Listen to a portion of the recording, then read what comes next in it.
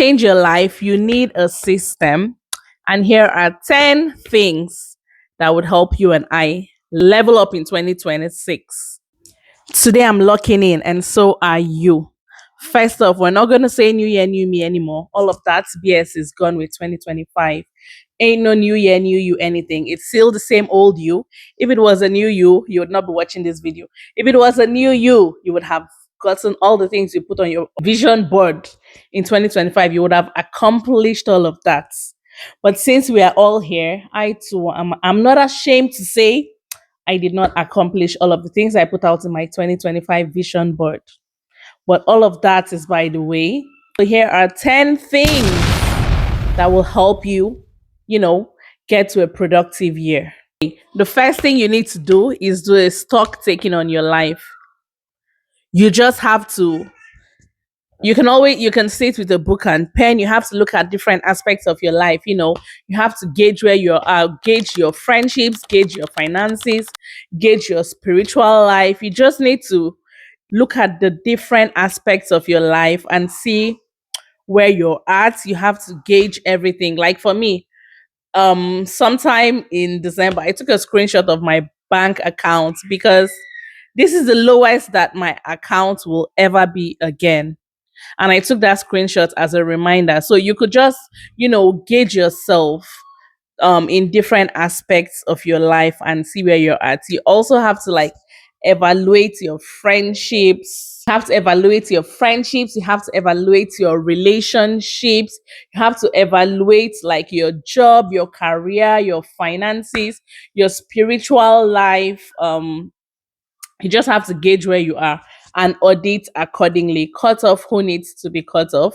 Stop doing what needs to be cut off. It is your life. Audit it accordingly. Stop granting unnecessary access, not just to people, to things as well. The second point is to make the most of high energy days. So it is not every day that you wake up with a pump of energy. That's the truth. For instance, there are certain days where you wake up and you're really energized, you're in the mood to get things done. The world is your oyster. Make the most of days like that. If you wake up early and you have an energy surge, get things out of the way. Always just check things off. Do more than you usually do. For instance, today is the day that I woke up feeling supercharged and I started my day early, before it was 8 a.m. or before the kids were awake. I had gotten loads of laundry done. I showered really early in the day, which is unlike me. I saved that for later. But just make use of high energy days. You would know the days when you're feeling really energized. You just put that into, you just use that to your advantage. That's essentially, English language is hard. That's essentially what I'm trying to say. Make the most of high energy days and do your best. My third point is to pick one or two priorities for the year. Not too many. You don't need to change the world. You don't need to end world hunger. If you could, you would have done it by now. Just pick one or two things and focus on them. For me, mine personally is to lose weight. You see, this weight that I've been saying every year, I'm I'm going to lose weight, I'm going to lose weight, I'm going to lose weight. And then I get Google photo reminders of me 1 year ago, and I'm oosh, I was slim then. And then 2 years ago, oh my God, I was so slim. For me, my priorities this year are weight loss and staying consistent on social media. So pick few priorities. You don't need too many pointers. Too many points will just overwhelm you and drain you out, and you'd be back to the toxic cycle of not doing things that you have set out to do. Yeah, so just pick two things and focus on them. If you're trying to do everything at the same time, then nothing really gets done. You get dragged back right to where you began. So, this paralysis that you go through is because you want to do this and that and this, and you have so many things, and then it just cripples you completely and you end up doing none. So make sure that you've picked out just two things and focus on them. Give them your best shot. That brings me to number 4, which is do not follow your emotions, follow your plan. All of these. So this new year, we're not just, oh, I don't feel like it today, so I'm not doing it. No, we're going to build a plan and stick to it. Whether you feel like it or not, you have to give it your best. I'm going to hold your hand. Hold my hand.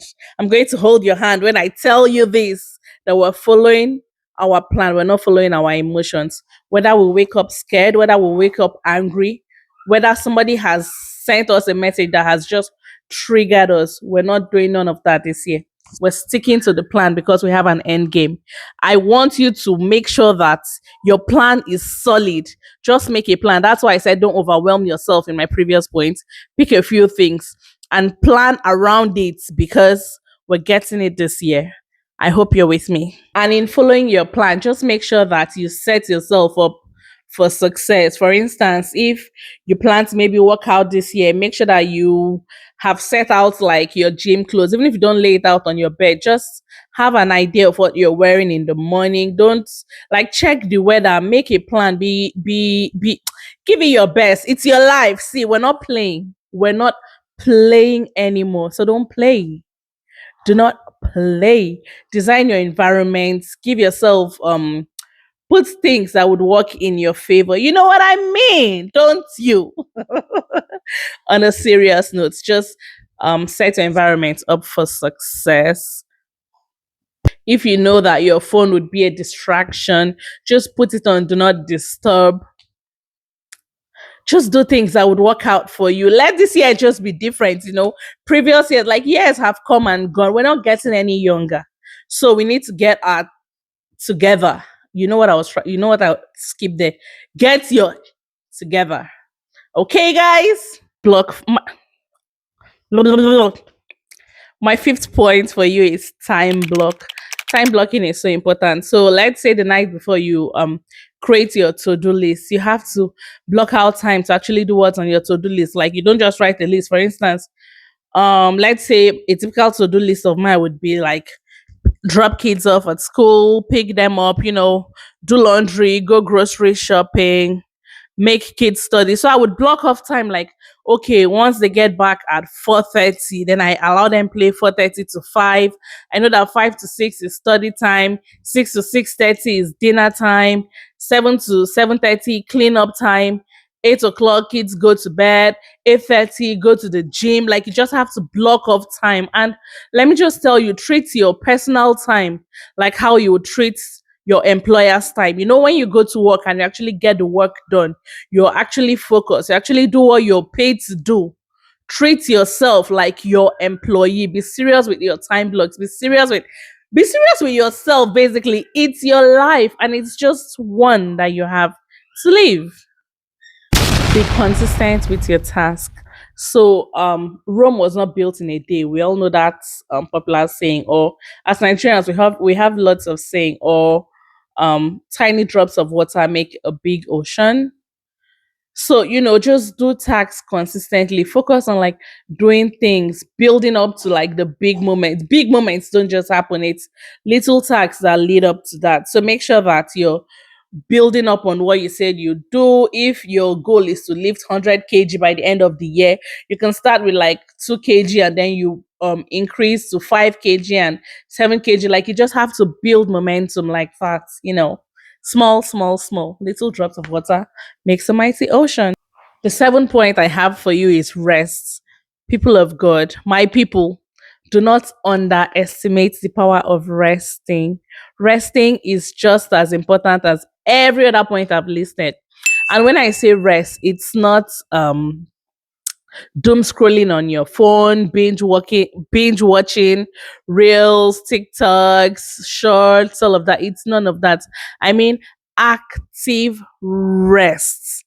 Active rest, like put your phone on do not disturb. The world is not going to end. Let me tell you something. When I want to take a nap in the afternoon, I put my phone on do not disturb.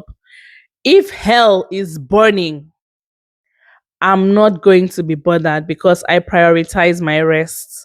I have to rest. You have to like seek active rest. Don't let nothing distract you. Put your phone on do not disturb.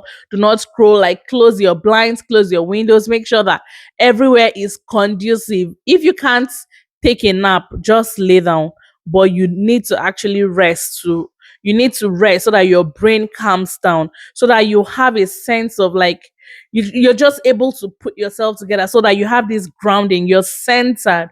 rest is just as important. Rest and recovery is so important. Do not overlook rest. Just take rest very seriously. Like, and even if, okay, for me now, I cannot really actively rest because I have a newborn. I have a 7 month old baby.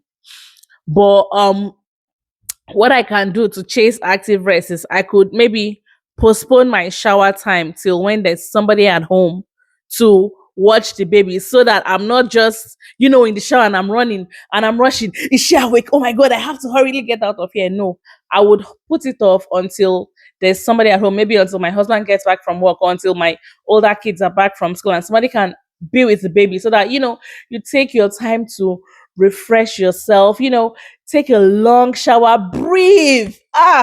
Sister, breathe. We're doing so much. You have to breathe. Just be grounded, be present for yourself. Rest. Oh, I can't even emphasize rest enough. You actually have to really, really rest. After resting, conserve your energy, conserve your peace, conserve your flow. Rest. Learn to say no. I cannot even stress enough how important it is to say no. You don't have to say yes to everything. Let people be. You don't have to be at every occasion in town. Let them go and party. You don't have to be everywhere. Please, sister, rest. To good things, even to fun things, learn to say no. You do not have to participate in every event. You don't have to participate in everything that every Tom, Dick, and Harry is doing. You say you're bored, but please learn to say no to certain things. Learn to say no to every party. Learn to say no to every wambe. Learn to say no to people. Set boundaries and learn to say no. Don't overextend yourself. Conserve your energy. Put more of your energy into chasing your goals. Conserve your energy. I can't even stress it enough, but please learn to say no. Saying no doesn't make you a bad person. Saying no only helps you, set clear boundaries. Don't feel guilty about saying no. Somebody reaches out to you, excuse me, can you help me watch my child? Sometimes say no. Auntie, sometimes say no. The world will not end. You're not a bad person if you say no. Just protect your peace, protect your energy. And overextending yourself, you're just, I don't know, you're just making people take advantage of you. Learn to say no. You're not a bad person when you tell people no. Protect your peace. My ninth point is you should seek progress, not perfection in everything. Progress over perfection. Oh, I want to start creating content. Put something out there. Don't wait until I don't have the ring light, I don't have the microphone, I don't have the tripod, I don't have the nice environment. You see, if it's making excuses, I am the queen. I have been the queen of making excuses, and I tell you that all my excuses are valid. Those excuses were valid. They've been valid. But what I've just come to realize is that excuses are only excuses. If you want to actually do something, you will get it done. Don't wait until you have the perfect background, until you have a gym membership, until your mother comes from Nigeria to help you watch your kids, until you've hit $10,000 in your account. Don't wait. All of those things are just excuses. As valid as they seem, I know that they are just excuses because I have made excuse for every point in my life. So make sure that you're seeking progress over perfection. Things don't have to be perfect. Start with what you have. Start where you are. Just go, go, go, go, go. That's how we're conquering 2026. And my final point in this is that you should romanticize consistency, not motivation. Motivation is so fleeting. Motivation is like your emotions, one day, 1 minute you're happy. I mean, I'm talking about myself. 1 minute you're happy, the next minute you're angry. So we're going to romanticize consistency. We're going to be consistent. Hey, today's weather, snow is falling. No, it's going to be minus 45. That's not an excuse. If we can't go to the gym, we're working out in the house. Today This. My leg, oh, it's as if all my bones are doing crack, crack, crack. We're not doing none of that. We're going to be consistent in all the goals that we've set for ourselves. Be consistent in everything that you've set out to do. I hope that by the time it's the end of 2026, you and I can say, whew, it was indeed a good year. Oh, and one bonus point is please get yourself a notepad. I don't care if we're in the digital age. Make sure that you're writing things out, like your plans, write them down. Your to-do list, write them down. Matter of fact, I've gotten myself a really big calendar because I'm going to write every single task, every single idea, every single thing I want to do. I hope that this year is our year. Thank you for sticking around and watching this video. I hope you learned something valuable. I hope you'll be able to, take out something from this and go get 2026 because we have to slay this year. We're starting on the right notes. I hope you come back for more videos. Thank you for watching. I'll see you in the next one. Bye.